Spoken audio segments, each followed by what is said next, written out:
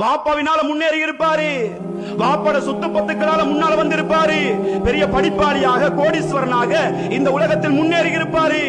வாப்பா வயதுக்கு போனதுக்கு பின்னால் பேச்சுவார்த்தைகள் நடக்குகிற நேரத்தில் ஏதாவது வாப்பா தன் வாயால் ஒரு வார்த்தையை சொன்னா, கொஞ்சம் அமைதியா இருங்களே, கொஞ்சம் பொத்திட்டு இருங்களே, நாங்க பேசிக்கொள்றோம் சொல்றோமா இல்லையா?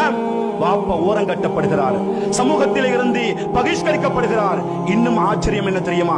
எத்தனையோ குழந்தைகள் தான் படிப்பதற்கு, தான் பல்கலைக்கழகம் செல்வதற்கு இந்த உலகத்தில் ஒரு முதலாளியாக, ஒரு ஹாதியாராக, ஒரு ஆலிமாக, ஒரு ஹாஃபிலாக, இந்த தொழிலதிபராக மாறுவதற்கு, ஒரு ஆசிரியராக, பல்கலைக்கழகம் முதல் பட்ட படிப்பு வரைக்கும் படிப்பதற்கு உறுதுணையாக இருந்தவர், தன்னுடைய ரத்தத்தை செலவழித்தவர், ஓடாக உழைத்தவர் தன்னுடைய வாப்பா.